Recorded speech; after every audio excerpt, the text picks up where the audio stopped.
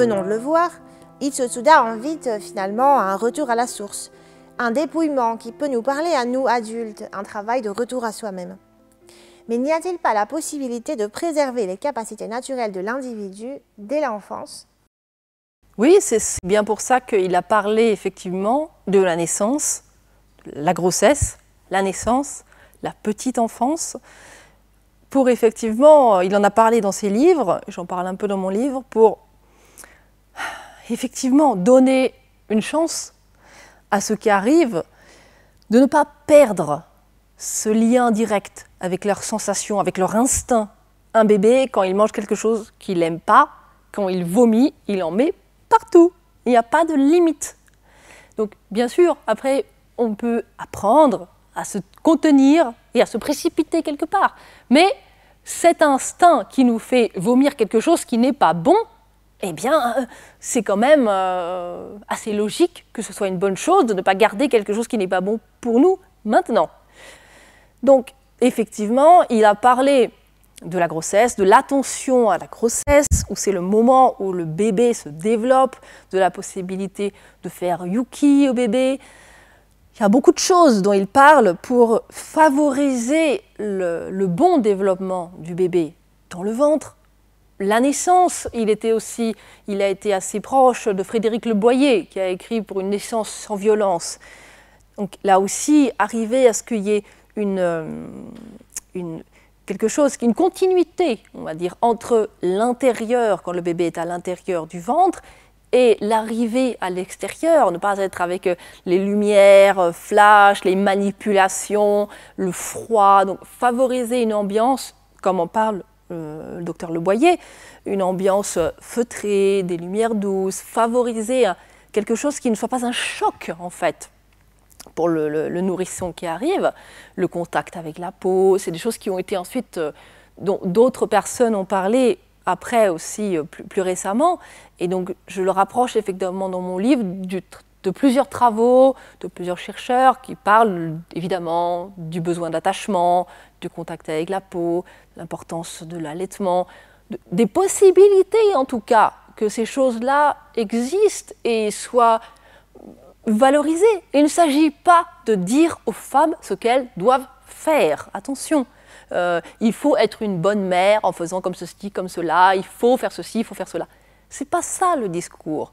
Le discours, c'est comment faire pour permettre à la mère et l'enfant de traverser, on va dire, le mieux possible et d'avoir effectivement quelque chose où la force vitale de l'enfant va être respectée.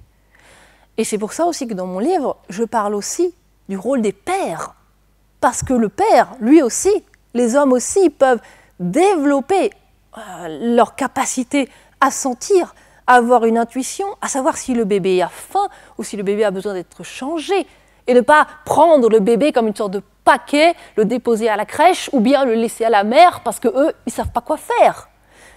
Non, les hommes aussi peuvent développer cette sensibilité. Les femmes, souvent, se retrouvent un peu obligées de la développer parce que souvent, elles sont le dernier maillon. Il n'y a personne derrière elles à qui elles peuvent refiler le problème. Donc, souvent acculées, ayant aussi eu le bébé en elles pendant des mois, elles vont sortir d'elles-mêmes quelque part cette capacité de se dire, bon, voilà, là, il faut faire quelque chose. Donc, les mères se retrouvent à le faire. Oui, mais les pères aussi peuvent le faire. Et on peut retrouver une harmonie, quelque chose de beaucoup plus équilibré, on va dire, dans la gestion de ce qu'est le maternage, par exemple maternage proximal, comme on l'appelle aujourd'hui, ou à une époque on appelait ça juste maternage. Ce n'est pas une charge mentale de plus, une injonction de plus faite aux femmes. C'est une façon de voir l'arrivée d'un enfant différente. Et cette façon de voir peut se voir à deux. Et on peut très bien décider qu'on ne veut pas faire ça. Mais on peut aussi se dire, j'ai envie de vivre différemment cette arrivée de mon bébé, j'ai envie de l'accompagner différemment. Après, il y a la petite enfance, il y a l'enfance. Évidemment, à travers l'école, Itsuo Otsuda n'a pas parlé contre l'école. Il a pointé un certain nombre de dégâts de la scolarisation, de la façon dont l'esprit, le corps sont formatés, sont dominés par tellement d'années. Bien sûr que l'école peut aussi être une porte de sortie pour certaines personnes qui sont dans des familles extrêmement toxiques. L'école pourrait être un outil formidable. Mais les anarchistes ne s'y sont pas trompés, hein. C'était Élisée Reclus qui disait que, à l'époque, c'était le moment où l'école n'allait plus être gérée par l'Église. Et il disait, malheureusement, aujourd'hui, l'école est sortie du côté du latin, du charabia de l'Église, mais au final, on l'a remplacée par tout un tas de choses à apprendre de façon arbitraire, et on l'a remplacée par la même idée de domination, mais une domination d'État. On est passé de la domination d'Église à la domination d'État. Et c'est bien pour ça qu'un certain nombre d'anarchistes, pas tous, mais certains, avaient effectivement cette idée de dire, et que je suis complètement d'accord, c'est que l'école est un système carcéral.